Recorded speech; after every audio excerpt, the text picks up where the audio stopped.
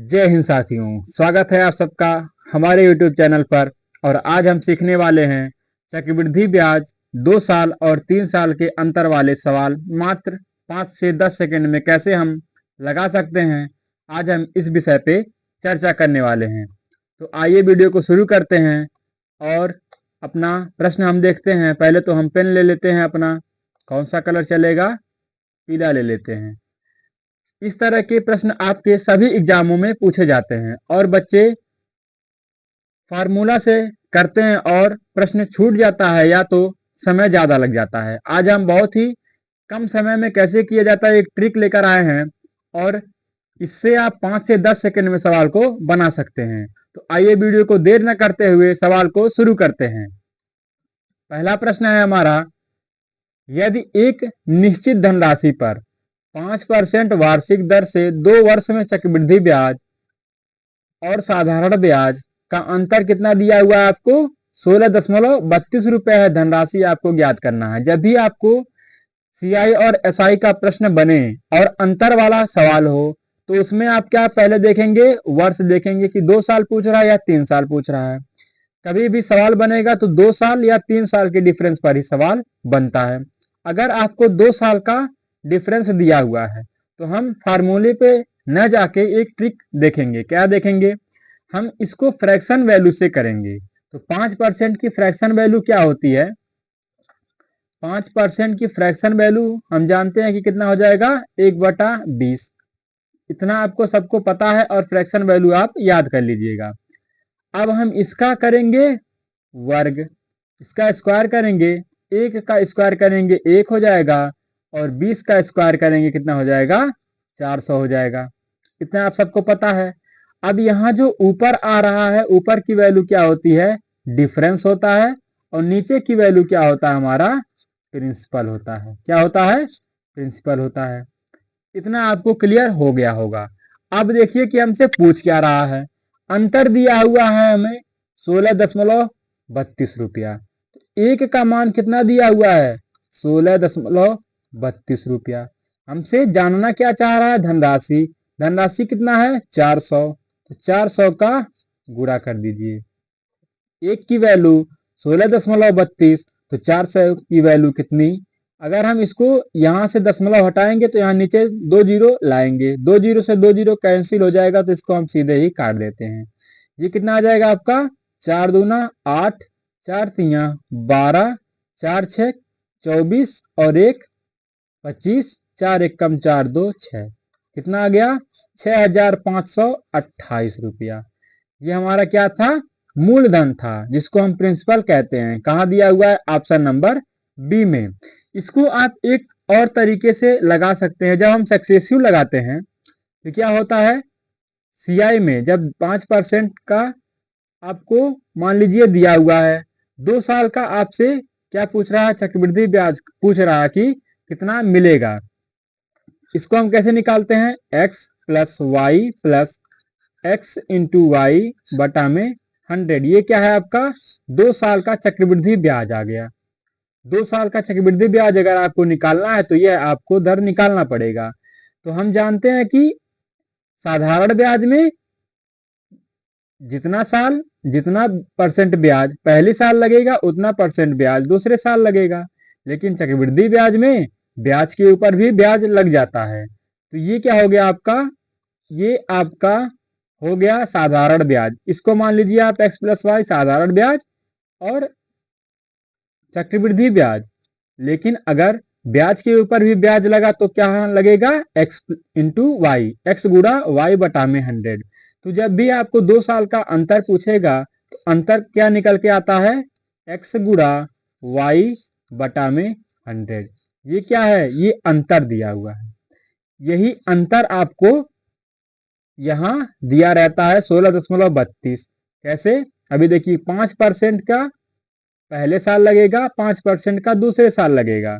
तो 5 गुड़ा 5 बटा में 100, 5 पचे 25 और 2 जीरो नीचे दिया हुआ है तो ये 2 अंक के बाद जीरो लग जाएगा। कितना आ गया 0.25।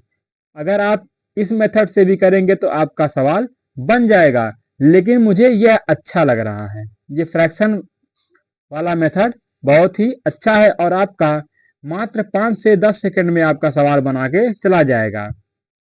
नेक्स्ट क्वेश्चन देखिएगा।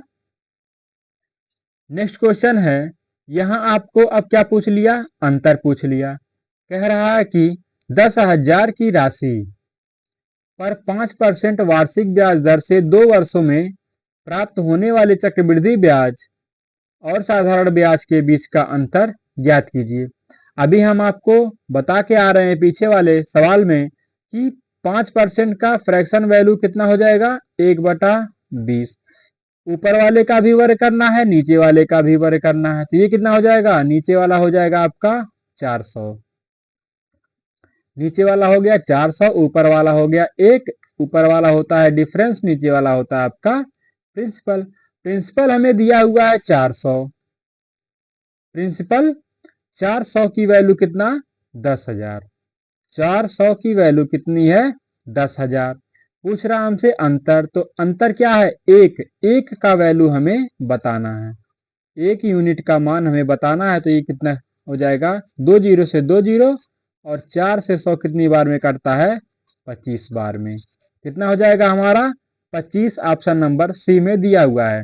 तो कितना कठिन है, अगर आप इसको प्रैक्टिस करेंगे तो मात्र 5 सेकेंड, कितना सेकेंड लगेगा, 5 सेकेंड में आपका सवाल बनेगा। नेक्स्ट क्वेश्चन पर बढ़ते हैं। एक निश्चित धनराशि पर 4% की वार्षिक दर से 2 साल, जब भी आप CISI का अंतर वाला सवाल देखें तो इसको आप ध्यान रखिएगा, 2 वर्ष के लिए लगने वाले चक्रवृद्धि ब्याज और साधारण ब्याज का अंतर 2,000 रुपया है, तो धनराशि कितनी है। अब अंतर कितना दे दिया, 2,000, कोई बात नहीं, लेकिन दर कितना दे दिया, 4%। दर आपको कुछ भी दे सकता है, सेम सवाल है और सेम मेथड लगेगा। 4% का फ्रैक्शन वैल्यू क्या है, 1/25। क्या है, 1/25। इसको हम वर्ग करेंगे, कितना आ जाएगा, नीचे वाले का आ जाएगा 625। आपको वर्ग करने आना चाहिए, या तो आप कहिए कि 30 तक वर्ग आप याद ही कर लीजिए, ठीक है। अंतर दिया हुआ है हमें, ये ऊपर वाला होता है डिफरेंस, नीचे वाला होता है प्रिंसिपल। 1 बराबर 2,000, 1 बराबर 2,000, तो 625 बराबर कितना, 625 यूनिट का मान आप बता दीजिए। कितना हो जाएगा, 25 दूना 50 और 2 छक 12, कितना हो जाएगा, 12। यहां दिया हुआ है आपका, गुणा ही कर लेते हैं, 2 पचे 10, 2 दूना 4, 1 5 और 2 छक 12।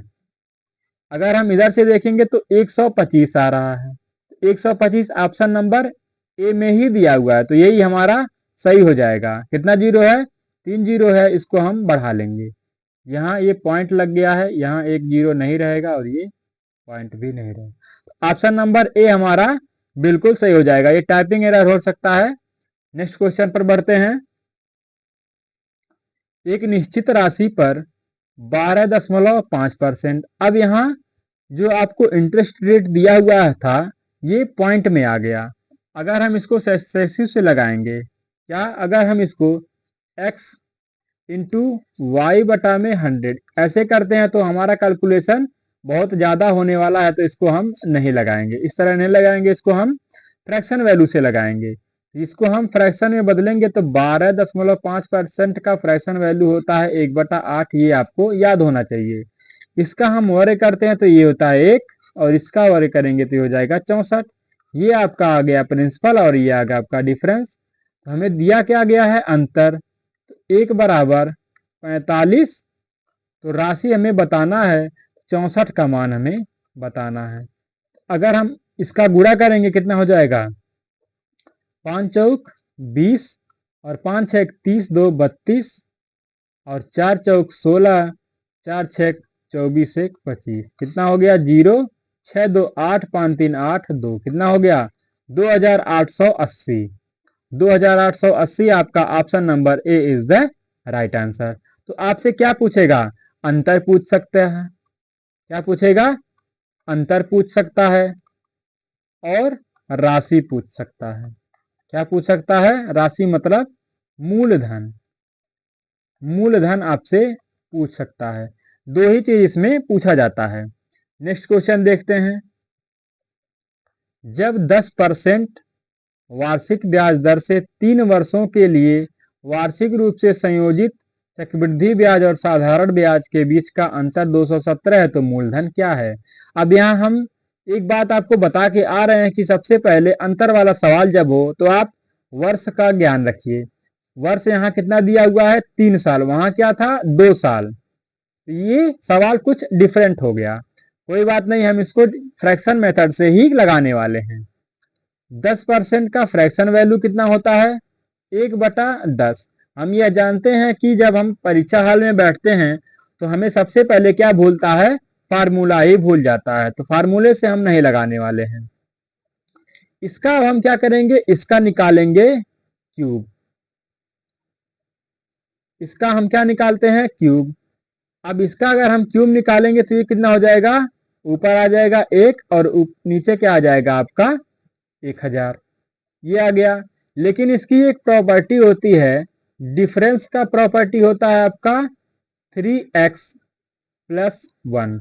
3x प्लस 1, x को हमने क्या माना है, यहां जब आप फ्रैक्शन वैल्यू बनाएंगे 10% का 1/10, तो ये जो 10 निकल के नीचे वाला वैल्यू आएगा, क्या आएगा, नीचे वाला कितना आया है 10, यही क्या है x है, x बराबर 10। ठीक है, नीचे वाली वैल्यू क्या होगी x, और प्रिंसिपल क्या होगा x का क्यूब, x का क्यूब। इसका 10, ये क्या है, ये x है। जो हम फ्रैक्शन वैल्यू निकालेंगे उसका नीचे वाला वैल्यू क्या होगा x, तो x का हमने क्या निकाल दिया, क्यूब में निकाल दिया। अब हमसे पूछ रहा है कि साधारण ब्याज और चक्रवृद्धि ब्याज के 3 साल का अंतर 270 है, तो x का मान यहां हम एक सवाल जो है उसको प्रॉपर्टी में रख के सॉल्व करते हैं। 3x प्लस 1, ये हो जाएगा आपका 10 तिया 30 और 1 31। 31 बराबर कितना दिया हुआ है 270। तो 1 बराबर कितना हो जाएगा, कितनी बार कटेगा, 7 एकम 7, 7 तिया 21, 7 बार में कट गया। अब 7, 1 बराबर 7, तो हमें बताना है x का क्यूब। x का क्यूब हम कितना निकाले हैं 1000 निकाले हैं। x का मान 10, 10 का क्यूब 1000, तो 1000 का हम गुणा कर देंगे, कितना आ जाएगा 7000 आ जाएगा। कहां दिया हुआ है, option number C is the right answer.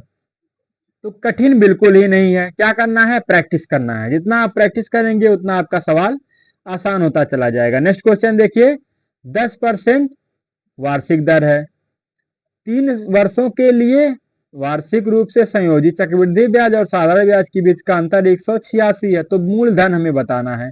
Same सवाल है, तो 10% का फ्रैक्शन वैल्यू क्या हो जाएगा 1/10, x बराबर क्या हो जाएगा 10, मतलब नीचे वाला वैल्यू x, तो 3x प्लस 1, 10 तिया 30 और 1 31, 31 बराबर 186। मूलधन पूछ रहा था।